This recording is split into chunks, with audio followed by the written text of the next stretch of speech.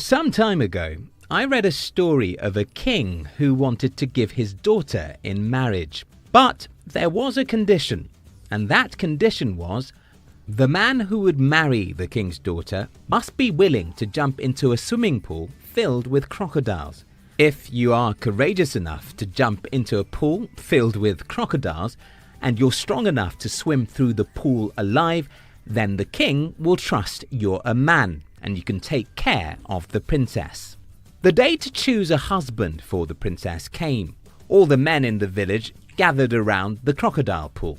Each one of them was willing to marry the king's daughter. But looking at the crocodiles in the pool seemed like they were staring at their graveyard. As they all envisioned the glory attached to being the king's in-law and the death right in front of them, one of the men mistakenly fell into the pool. Whoops! It's too late to think. The guy fought with every strength he could gather and swam as fast as he could.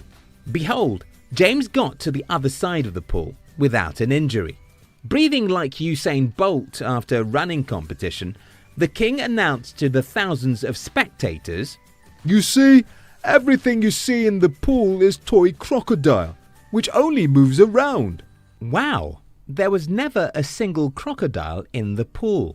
Only toys to scare the cowards. I tell you, dear friends, often these princes are our dream, and that pool is the road that leads to our vision. Those crocodiles are the fears that keep us from daring our ambitions. Yes, they often seem real, but for those who are courageous enough to face them, they are usually crocodile toys. In today's video, I'm going to be sharing with you the 3 common fears most people have, which is the reason why they are poverty-stricken. And I'll try and suggest how you can overcome those fears. If you're new here, consider subscribing so that you won't miss other exciting videos like this. 1. Fear of failure. I spent my first 17 years battling with rheumatism as a sickly child. So when I became an adult and heard people telling me to be careful so that I won't destroy my life trying to build a business, I laughed. I laughed because I know what death looks like, or at least I've smelt it several times. Till today, I can still remember how everyone in my family was worried that I would crush my life. My elder brother often warns me not to come back to him after I destroy myself. No, I wasn't fearless. I just moved on anyway. You see, that's an important thing you should think about. Nobody is without fear. Even the bravest of soldiers and the craziest of heavyweight champions still have fear. Fear is natural for every living being. The difference between those who marry the princess and the spectators is the courage to jump into the crocodile pool. When people warned me that I could destroy my life because I stopped schooling, I knew they were right. When they told me to have a plan B, I knew they were reasonable.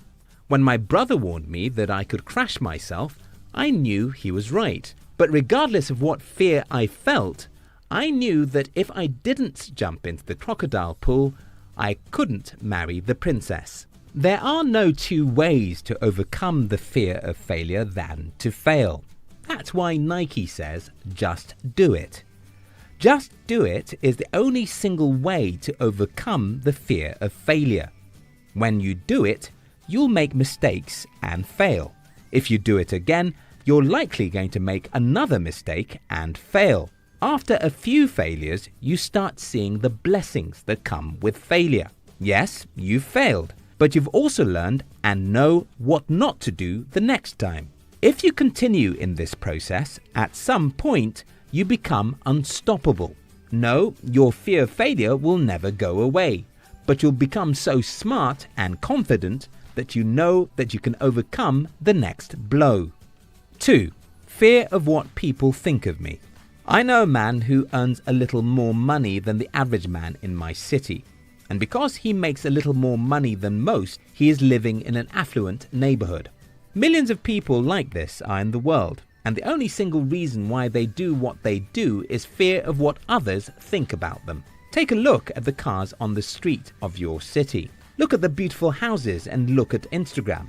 Most of the things you see out there are not owned by the people who can afford them. These people want to look good because they want others to perceive them as being rich or having money. If you care too much about other people's opinions, you'll spend the money you don't have to impress the people who don't care about you, and you'll be miserable. You can have it for free in the future. What I mean is this: almost every luxury I have today are free because my assets bought them. I never bought expensive phones, shoes, watches, or anything for most of my life. I used the cheapest things I could afford so much that at a point, almost all my employees have something I didn't have. Today, I got all my luxuries for free because my assets bought them. Your income is like a cup of water, while assets are like a stream of water.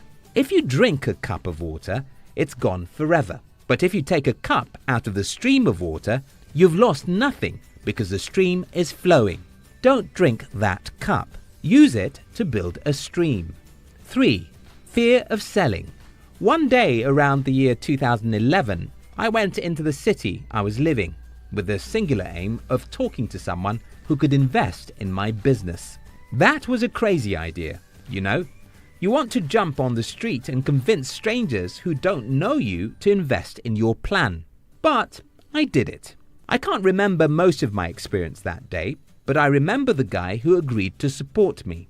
I jumped into his office and politely asked for his time. I pitched him about my idea and asked him to support me. The young man looked at me and said, "Well, someone helped Mark Zuckerberg to build Facebook. Since I don't know what your idea can turn into, I'm going to help you anyway." Today I hear people say, nobody is willing to help you.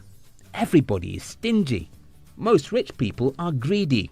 Well, you're not getting help because you're not asking enough people, because you're afraid of rejection. Yes, most people won't care, but someone will, and that is the only person you sometimes need. Those who become rich are not afraid of selling. The wealthy sell every day. They sell their product, services, or even their ideas. They pitched and asked for help. Yes, most times they get rejected, but they do know and believe that someone, somewhere, is waiting for them. And if they could endure enough rejection, they'll get the yes they need. The summary of this video is, your dream is like the king's daughter. You dearly want to marry her, but therein lies the crocodile pool you must go through. These crocodiles are your fears: the fear of failure, the fear of what people say, the fear of rejection. The good news is that the crocodiles in the pool are lifeless. If only you are courageous to jump into the pool, you come out from the other side as the in-law of the king. If this video makes sense to you, don't forget to subscribe to our channel. We love you.